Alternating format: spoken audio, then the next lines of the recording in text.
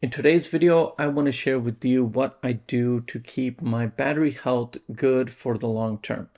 More and more people are now waiting several years before they upgrade their iPhones, and even phone makers know this, whether it's Apple or Samsung.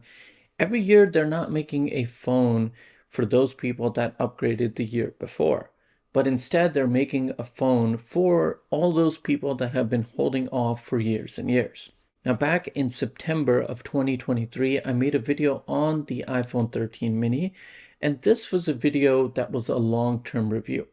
When a lot of the people that watched the video saw that I had battery health of 93%, they were like, wait, how is it possible that you have such good battery health? So that's exactly what I'm going to address, just things that I've been doing because I know that this phone is not going to get an upgrade anytime soon. And so I want to get as much life out of this battery as possible. Now, the first and most important rule I like to follow is only charging to 80%. And that's not just with my phone, that's with my iPad mini, that's with my MacBook, that's with my electric car. Charging to 80% is just going to be great for the long-term health of your battery. So I like to stay in between that 30 to 80% range. And as long as you do that, you'll be good. You're really going to see it make an impact. Because the less cycles that you put on a battery, the better it's going to be for its long-term health. It's just simple as that. So when I do see that during the day, let's say I'm at 50%, I will plug it in or throw it on the wireless charger, whether that's in the car or at home.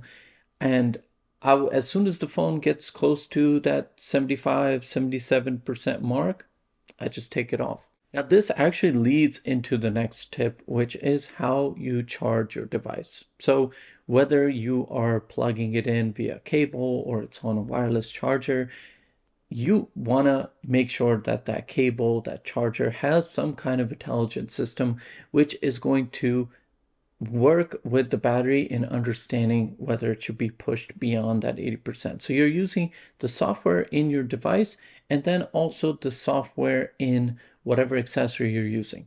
I, in the car, use my own brand Tecmomo car charging mount, and that also has a chip inside which won't let the phone go past 80. So if I do have it on there, once it gets to that 80% mark, it's going to hold it there. So you want to make sure that the accessories that you're using are designed to work with your iPhone in some way, even if they're not fully certified accessories. My bedside charger is a 3-in-1 system by Pitaka. That too does the same thing. Even its battery pack that comes out when it's on the phone, it's able to work with it and charge in a safe manner. So the key is during the day, you don't want to charge to 100%.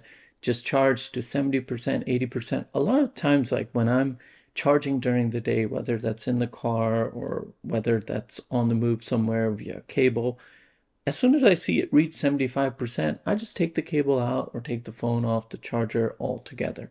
So as long as you're able to monitor that, it's really going to help in the long run. The other thing when it comes to charging is when possible, as great as MagSafe is, I've really loved using like a bunch of different MagSafe accessories from Apple's own battery pack to my own battery pack. But whenever you can, use wired charging. It's just a more efficient process. So heat, when you have wireless batteries or wireless charging taking place, first of all, it takes a lot longer. There's more heat generated in the process. Whenever you can, plug in a cable. It's just a cleaner way to charge. Your phone's going to charge faster anyway, and it's just going to be much better for the health of your battery. Now, the other thing that I've done, which I really didn't do before with other devices, because I've had like the Pro Max versions, which always had the bigger batteries, but with something like the 13 mini, it's really important to go in and check your settings. Check your background app refresh settings for different apps. There are tons of apps that are using background information for no reason. They are draining your battery without reason. You don't need that turned on. So I went in, checked all my background app refresh settings, and how this is going to help you might be like, wait, what does battery drain have to do with battery health? Well, the more life that you can get throughout the day, the less you're going to be charging your phone. And the less that you're charging your phone, the less cycles that you're putting on the battery.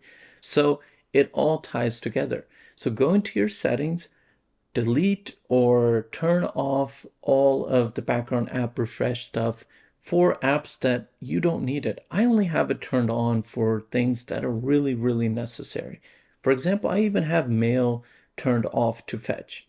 I don't need my phone fetching mail all the time. When I need to check the mail, I simply just open the mail app, check whatever new mail I have, and that's that. It's really going to help you get more battery life out of your phone throughout the day, therefore less charging, therefore less strain on your battery. If you can take these few things that I've been doing and apply them to yourself and your device, then whether you have an Android device, an iPad, a MacBook, it's really going to help the battery health in the long run. This is all that I do. I don't do anything special. I just pay attention to the things I'm using and how I'm charging. So you just pay attention to those two things and your battery health will really go a long way, especially these days because year over year, we're just not getting upgrades like that anymore. And you can really hang on to a device for the long run. Thank you so much for your time. I really hope you found this video helpful. If you did, please do give it a thumbs up as it really helps me out. Thanks for your time like always. Take care, and I will see you in the next video.